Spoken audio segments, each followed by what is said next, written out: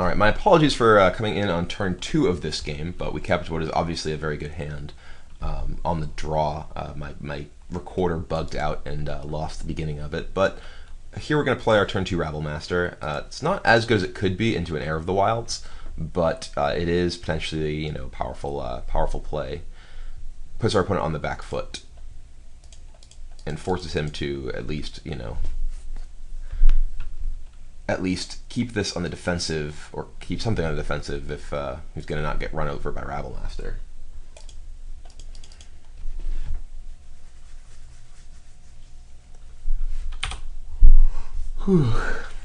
Assuming our opponent, responds. Oh my god, this is the worst thing. I hate just sitting here waiting.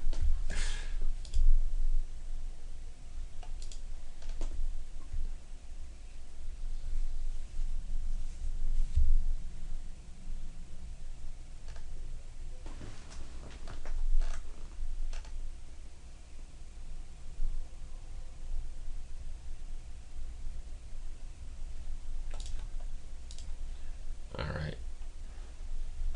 Give you a beat down. Damn, he saw it. He has a lot of pain lands. Our opponent has a lot of pain lands over there, which is what we like to see. This deck is, constructed in such a way that it can take advantage of opponents' stumbles like that. Either stumbles from tap lands or just pain they take from pain lands. Alright, so Heir of the Wilds comes in, gives me a beatdown. I can play probably like an Anafenza this turn, is my guess. Which will continue to brick wall Rabble Master. But if I draw a Lightning Strike, I can actually attack with the token, then trade in the token and the Lightning Strike for Anafenza if that's what comes out. If not, well, we have a Temple and some other stuff to do. Death Dealer, okay. Dealing death on me. Hey, we drew Lightning Strike. That was a very good draw. So we just get to Lightning Strike this guy. And I think I want to, I'm just going to go ahead and, I'm going to play Heir of the Wilds this turn. Rather than attack or play like this Temple. I still have the ability to play like anything I draw next turn. I'm just going to do this pre-combat because I'm lazy and just want to be able to click through things. So we give him a beatdown for 4. Now our opponent's kind of in an awkward spot. We actually even get to, if we stack these things correctly, trigger our Heir of the Wilds as a 3/3 next turn with Rabble Master, and our opponent is under a lot of pressure here. So I'm going to go ahead. I'm just going to attack with everything here, including my elf, because my opponent is clearly blocking. The like individual point of damage is pretty significant. All right. Oh, this doesn't. Wait, I thought you could stack these triggers. I guess you can't. Oh yeah, it only actually triggers if you. Huh. I thought it worked the other way. I never actually triggered it that way, but I thought it actually worked. I guess it never works because this only ever triggers if you have 4 or more. Whoa, he's blocking the elf. Okay. I will do a ton of damage to you. You are gaining card advantage here.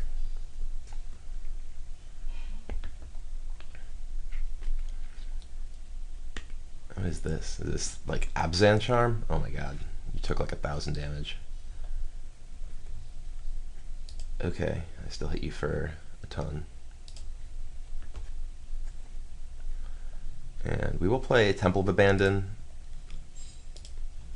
Basically just looking for, oh god, that's awesome. And then play an elf.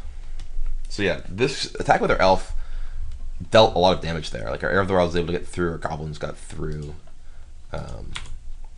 And he didn't trade off his heir, but we're actually, I think, we basically have lethal. Even if he plays a land and Siege Rhino, he's going to take 2 or 3 to play Siege Rhino. So he stays at like 6 or 7. If we play Sarkhan attack with everything, I think that's lethal regardless. So if he does just say go here, I'm actually going to play Sarkhan and shoot Heir of the Wilds because I don't want to lose it to Abzan Charm. Maybe he dies but he plays Abzan. Absent Charm. Yeah, he dies, but he plays Absent Charm. So.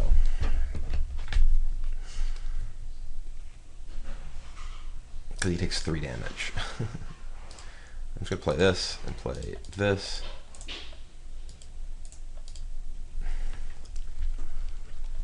So if he plays Absent Charm, he takes 3 damage to play it. And then all of my creatures get in and kill him.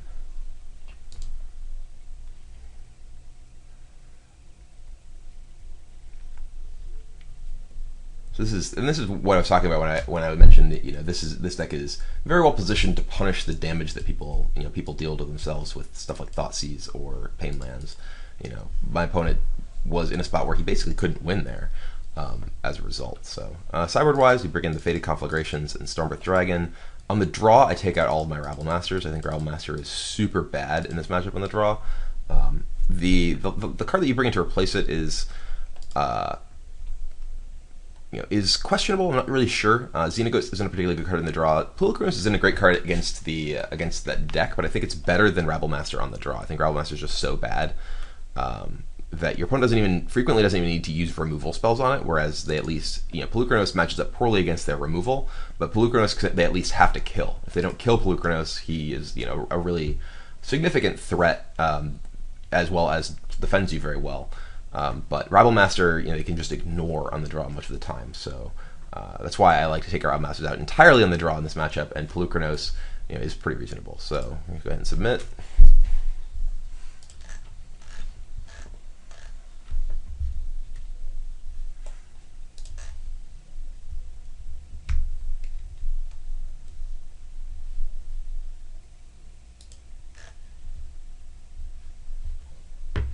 All right. So opponent is on the play. This hand isn't great. It's fine. We're gonna go ahead and keep it. We have Heir of the Wilds and a reasonable mix of stuff. We're a little bit slow other than the air, especially since we have 2 tap lands. But I don't think this is the sort of hand that you can mulligan. We'd like to find like a lightning strike or like an elf or something. If we draw elf turn 1, that'd be great because we can play elf into Tapland, Heir of the Wilds, and then into Pulukronos. We don't want an elf now. I wanted an elf before, but not anymore.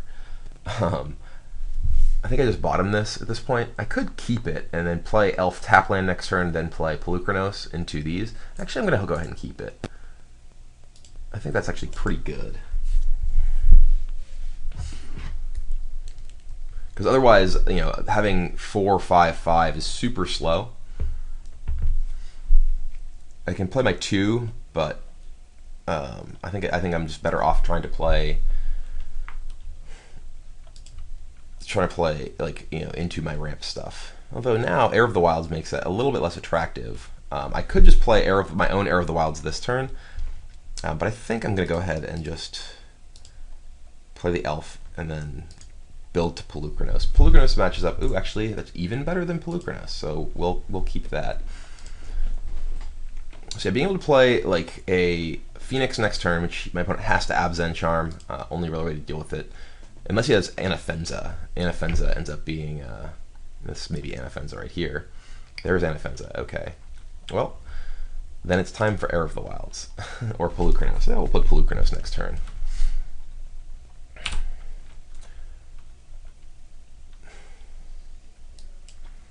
We could just play Ashcolor Phoenix. It does trade straight up.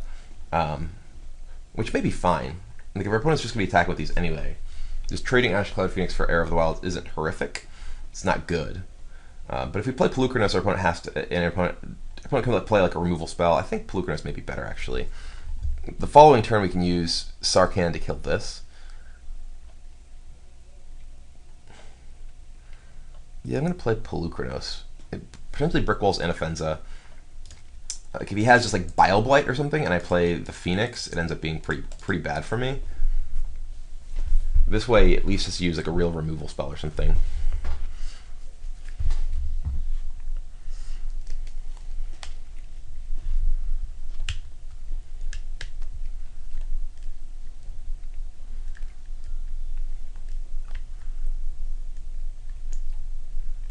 Absent Charm. Okay. We attacked for a lot of damage.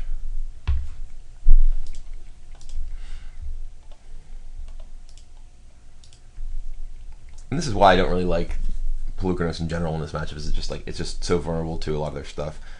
Opponents even playing the more aggressive version with Heir of the Wilds. So I think I want to. It's kind of awkward because I want to play Sarkhan and kill this, but this still just ends up trading with all my stuff. I think that's what I have to do though. Oh my god, I hate Urborg. So play Sarkhan, kill this. You can kill Sarkhan with his Heir.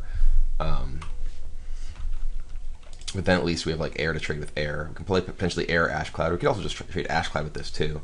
If we draw a land, we play Heir Ashcloud and get a like a reasonable turn where we actually get to do 2 productive things. You can also just potentially like play like Siege Rhino and attack me here, which would be really bad.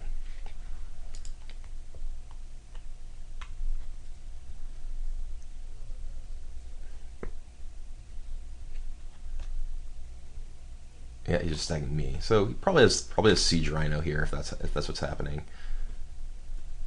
He didn't play Siege Rhino first actually, so I don't. This hand just like I don't even know. Just a bunch of removal spells. Or like yeah, Lion. Okay, Lion is a card that makes sense. All right, so I think I'm gonna obviously attack with this. Heir of the Wilds is actually a pretty decent draw here.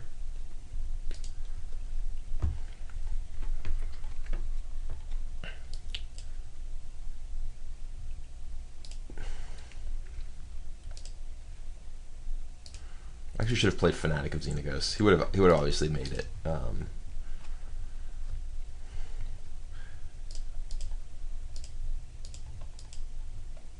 He obviously would have made it haste because his life total is super irrelevant. I'm going to play Heir and Fanatic here. I don't want to play Heir. Well, I actually could play Heir, but I think I'd rather have a second Heir. I want to be able to potentially play like Phoenix plus Heir next turn. Fanatic is relatively weak, but all I'm basically looking for is something to tie up his mana for Fleeceman Lion, really. Like force him to Monstrous. If he attacks with both his creatures next turn, I'm Fanatic blocks Fleeceman, he Monstruses, this trades here. Then hopefully next turn I draw a land and I can play Heir plus Ashcloud Phoenix, and then keep trying to race him with the Sarkhan. If I kill this too, I can potentially hold this off indefinitely with Stormbreath Dragon because of the pro-white. Though I certainly don't want to just try and rely on that. Yeah, you gave it haste. Whatever. Obviously, you should have played this pre-combat just in case he makes the mistake of giving it a +1/+1 counter permanently.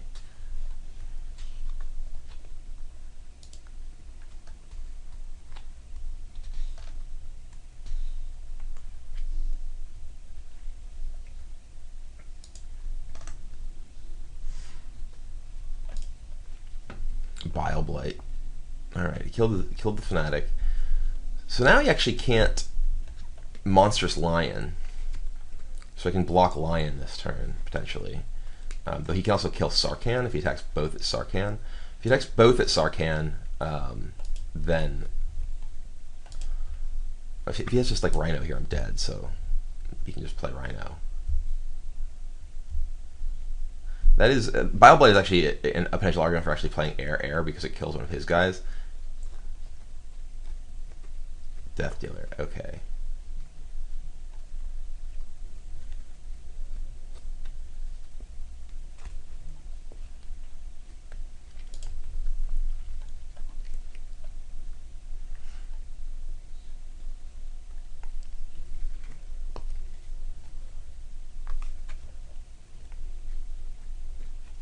Just attacking Sarkhan with that. I'm just gonna block.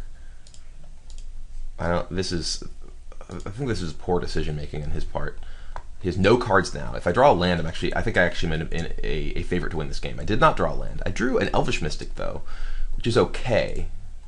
So we're gonna send Sarkhan to the Heir. And we get to play Elf plus Ashcloud Phoenix. I'm just going to do everything pre-combat. Elf plus Ashcloud Phoenix means I can block, and not die and keep the Phoenix. I still get to hit him for 4.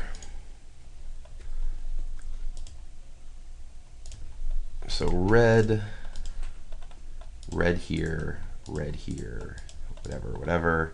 Phoenix hit you for 4. I think he made a pretty big mistake not killing Sarkhan when he could, because now like this is actually giving me like a window potentially back into the game.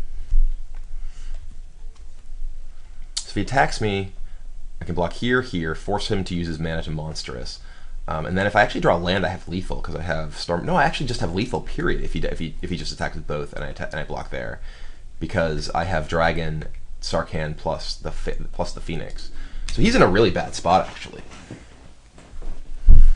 Like we are certainly, I think, now a favorite to win this game, unless our opponent drew something like Siege Rhino.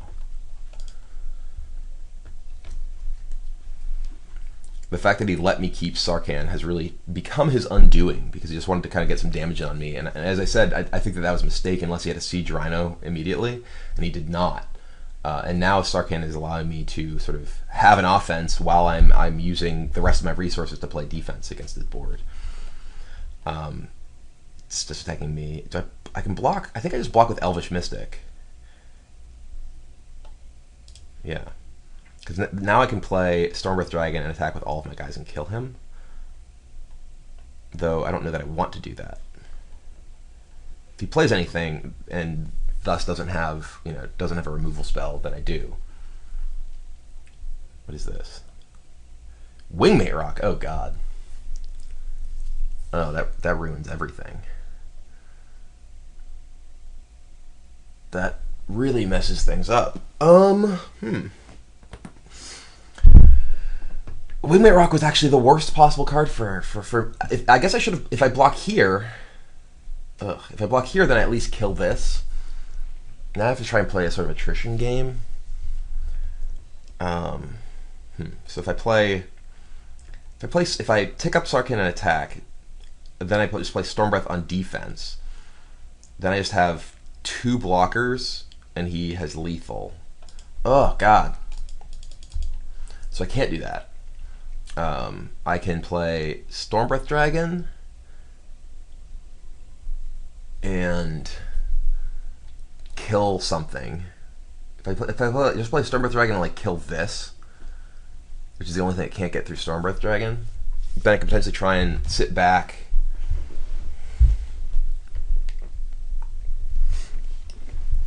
I think I have to use this to kill something.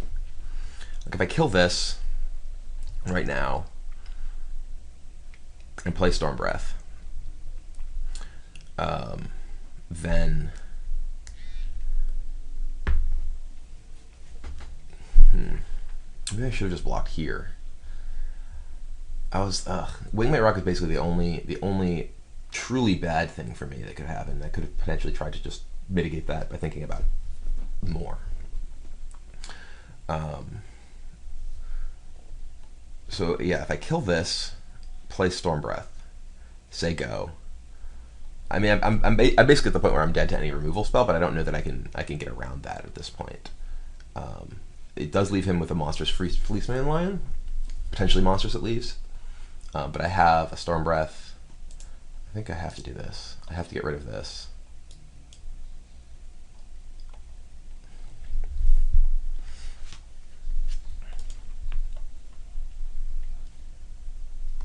Like I could like shoot this,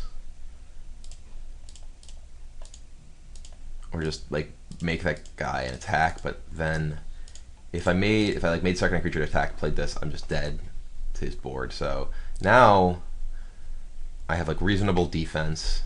I could potentially play like Conflagration or something next turn. Hopefully he just bricks off. I'm very dead to just about anything. Like if he kills this, I die. No, actually that's not true. If he kills this, I can like chump. I guess if it's the Absent Charm, I die. Or Rhino, I die. Okay, just monstrous that. That's fine. It's a Thoughtseize.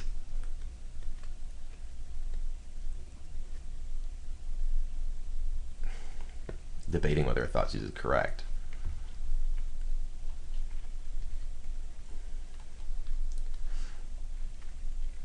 Can't really attack me. If you attack me, I block here, and then I lose nothing. You lose your rock. I mean, this guy flips face down, which isn't nothing, but it's not much. All right, so if I faded Conflagration, this guy, Faded Conflagration, the rock, the real rock.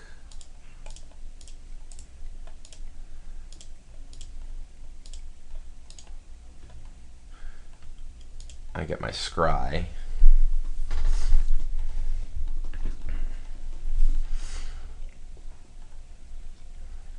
Do these do anything? If I play, I could leave Lightning Strike on top, attack with Storm Breath now, put him to 5, play Era of the Wilds. I die to, and I don't die to any removals. Yeah, okay, so bottom this, top this.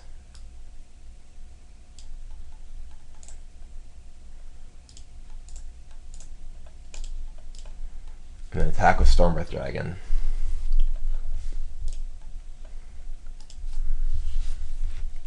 Let's put him to 5.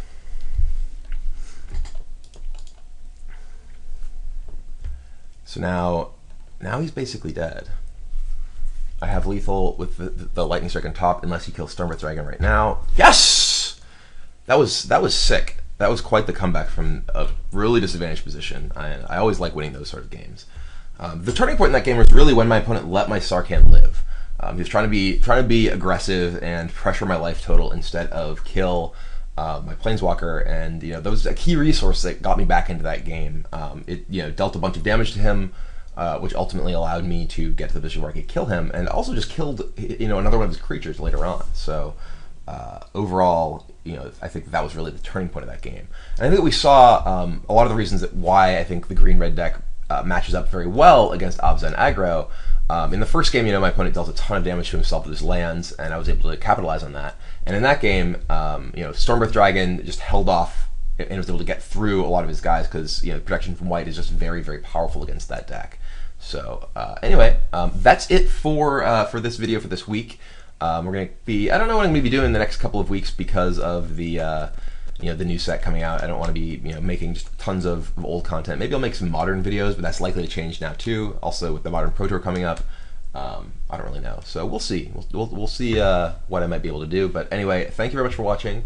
I hope you enjoyed and perhaps even learned something. And I will see you next time.